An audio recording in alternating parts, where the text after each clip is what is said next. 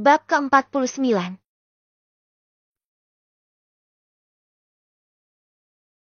Kenapa kamu gelisah?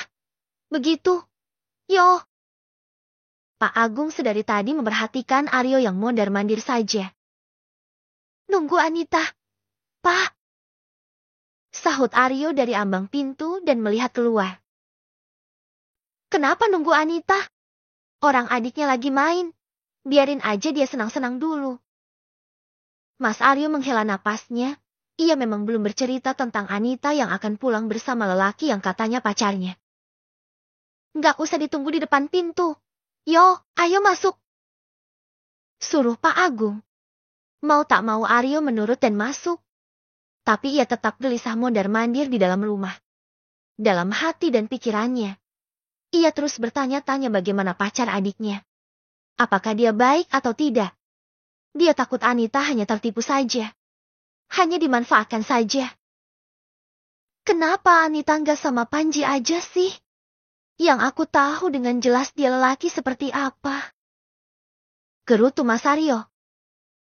Mas Aryo kenapa dari tadi mondar-mandir terus? Tanya Zizi yang penasaran. Gadis itu baru saja keluar dari kamarnya sambil membawa tas. Kamu mau kemana bawa tas Mas Arya malah balik bertanya bukannya menjawab. Hehehe kami mau pergi Mas. Mas Arya menggiringkan kepalanya. Baru juga datang udah mau pergi? BM Mas, mau BM? BM apa? Tanya Mas Aryo dengan alis berkerut. Bulan madu. Hahai. Mas Aryo mentoyor kepala Zizi. Aduh, Mas Erik. Apa sih teriak-teriak? Erik muncul dari dalam kamar juga sambil memasang kaos santai. Mas Aryo nih, noyor kepala Zizi. Aduh Zizi dengan sengaja memasang wajah dan hampir menangis. Tatapan mata Mas Aryo dan Erik beradu, tampak sekali wajah keduanya yang sama-sama segan. Yang satu atasan, yang satu lagi abang ipar. Dilema ya? Nggak bisa lah, deh. Takut juga Mas. Sama Mas Ipar. Kata Erik sambil mengusap belakang kepala dan nyengnya. Ih, gak bisa diandelin. Rajuk Zizi. Lalu berlari ke belakang. Bapak. Panggilnya mau mengadu. Ngadulah tuh. Cibir Mas Aryo. Erik dan Mas Aryo sama-sama tersenyum geli, lalu menyusul. Di belakang rumah, Pak Agung sedang memotong singkong yang baru dicabut. Apaan dok? Pak, Mas Aryo tuh. Kenapa? Cita kepala Zizi. Adu Zizi dengan memasang tampang yang sama dengan yang tadi. Maksudnya, ya biar dikasihani dan dibelah. Loh, kamu kan punya suami. Ngadulah sama suamimu. Sahut Pak Agung enteng. Shh. Mas Erik nggak guna. Loh, kenapa? Tanya Pak Agung sambil terus memotong batang singkong dengan akarnya. Takut dia sama Mas Aryo. Pak Agung tertawa. Ih, kok Bapak tertawa sih? Protes Zizi. Lah padahal udah siap Bapak jadi wasitnya. Di ambang pintu belakang, Mas Aryo dan Erik tertawa. Gagal ngadui. Ledek Mas Aryo. Ish, Bapak sama aja. Rajuk Zizi masuk lagi ke dalam, dengan melewati dua laki-laki yang menahan senyum gelinya. Maaf, dong sayang. Erik menyusul. Jeti mau jalan-jalan? Enggak. Katanya capek, mau di rumah aja. Zizi masih merajuk. Enggak, udah enggak capek nih. Ayo. Ajak Erik membujuk. Tadi memang mereka berniat pergi. Tapi Erik beralasan capek dan pengen di rumah mertua saja. Zizi yang sudah terlanjur kesal keluar dari kamar. Malah dibikin tambah kesal dengan jitakan Mas Aryo. Ayo, udah siap nih. Ke pantai. Gunung. Curug kemana aja deh yang kamu mau. Bujuk Erik lagi. Zizi masih cemberut saja. Ia berjalan ke depan. Tepat saat itu terdengar suara dari luar. Assalamualaikum. Waalaikumsalam. Sahut Zizi dan Erik bersamaan. Mbak Anita udah pulang. Ucap Zizi begitu Anita masuk. Iya, disuruh masmu tuh. Mas Erik. Mata Anita mendelik. Mas Aryo, ngapain juga suamimu suruh mbak pulang?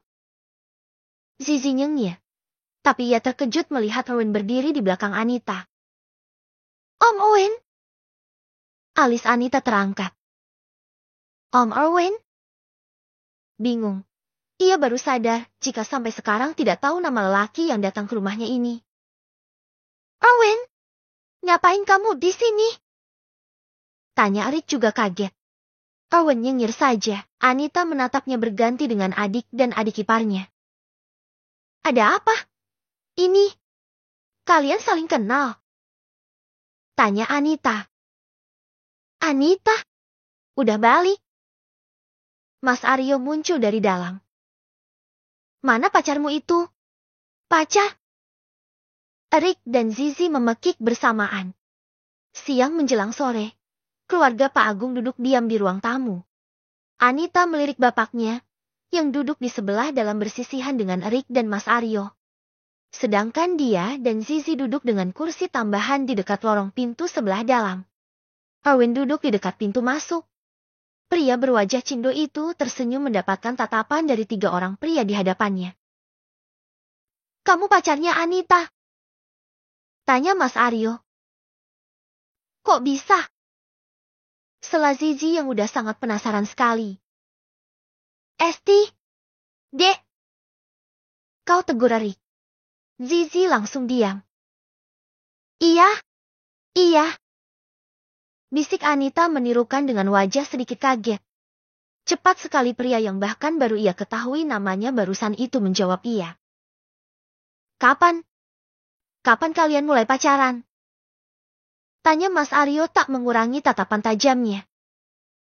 Tadi? Anita malah kaget lagi. Berapa lama kalian kenal? Sejak pesta pernikahan Erik sama Zizi, sekitar 3 mingguan. Apa? Anita terkejut lagi. Jangan main-main, Win. Erik menyela dengan bernapas panjang. Siapa yang main-main? Kau. Apa kau lihat aku seperti sedang main-main? Sergah Owen. Apa kau tak lihat? Aku sedang bertamu di rumah calon mertua. Erik tertawa. Kalian saling kenal? Tanya Mas Aryo tanpa mengurangi tatapan tajamnya pada Owen yang terlihat santai. Iya, dia temanku. Teman? Anita memekik tak percaya.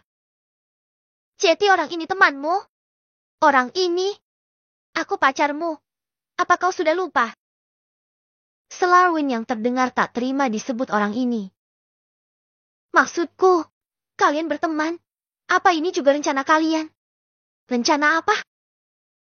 Erik dan Mas Aryo bersuara bersamaan. Kalian sengaja membuat kami kenal. Seperti Panji. Tanya Anita terdengar menuntut dan terdengar seperti tak terima. Apa aku sebegitu tidak lakunya? Sampai kalian harus mengenalkan pria padaku? Apa kalian tidak percaya padaku? Untuk bisa punya kenalan pria sendiri? Ujar Anita menggebu dan beremosi. Mbak, bukan begitu. Aku bahkan tidak tahu kalau kalian saling kenal. Kata Erik merasa enak hati. Tapi kamu memang marah pas Zizi nikah duluan, kan? Mas ngenalin kamu sama Panji biar kamu gak marah-marah lagi. Gak musuhi adikmu yang melangkahi kamu. Tapi, kamunya malah nolak. Mas lebih senang kamu sama Panji. Mas tahu gimana sikap dia selama ini? Anita merasa marah. Tapi, ia tak bisa melampiaskannya. Hanya tertahan di dada. Dia sudah punya pacar. Tadi di mal dia pergi sama pacarnya. Lalu menyuruh pacarnya pulang dulu karena tak enak melihatku di mal juga. Dia merasa tak enak sama kamu. Mas. Mas Aryo terkejut dengan ucapan Anita, sampai tak bisa berkata.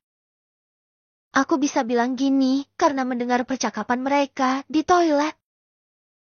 Aku Anita dengan mata beraya. Sebelumnya, dia juga menolak ajakanku karena cewek itu.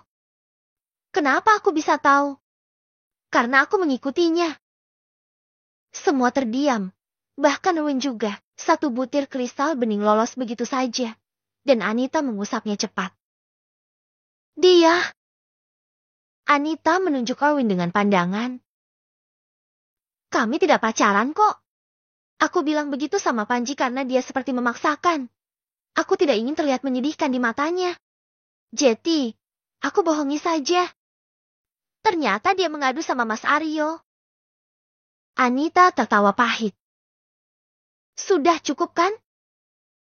Anita beranjak dari duduknya. Aku ingin sendiri. Jangan ganggu aku.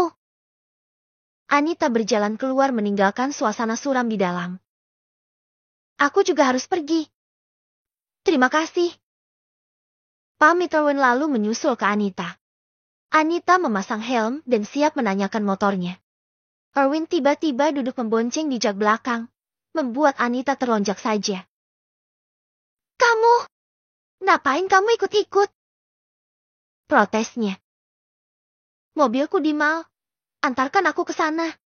Apa kamu pikir aku ini tukang ojek? Cepat jalan. Di dalam rumah. Mas, sepertinya agak keterlaluan juga. Zizi jadi kasihan sama Mbak Anita. Suara Zizi memecah keheningan. Mas Aryo mengusap wajahnya. Ia tak menyangka tindakan akan melukai adiknya begini. Rick, Erwin, temanmu, kan? Iya. Bagaimana orang? Dalam segi apa? Sikap? Bagus. Finansial? Dia punya perusahaan IT yang sedang berkembang. Dia juga orang yang taat. Mendengarnya, Pak Agung merasa sedikit lega. Begitupun dengan Mas Aryo. Tapi, dia, maaf, ya, setelah mempertimbangkan masukan pembaca, saya akan merombak alurnya. Anita dan Erwin satu server saja. Maaf udah bikin gak nyaman. Bab ke-50.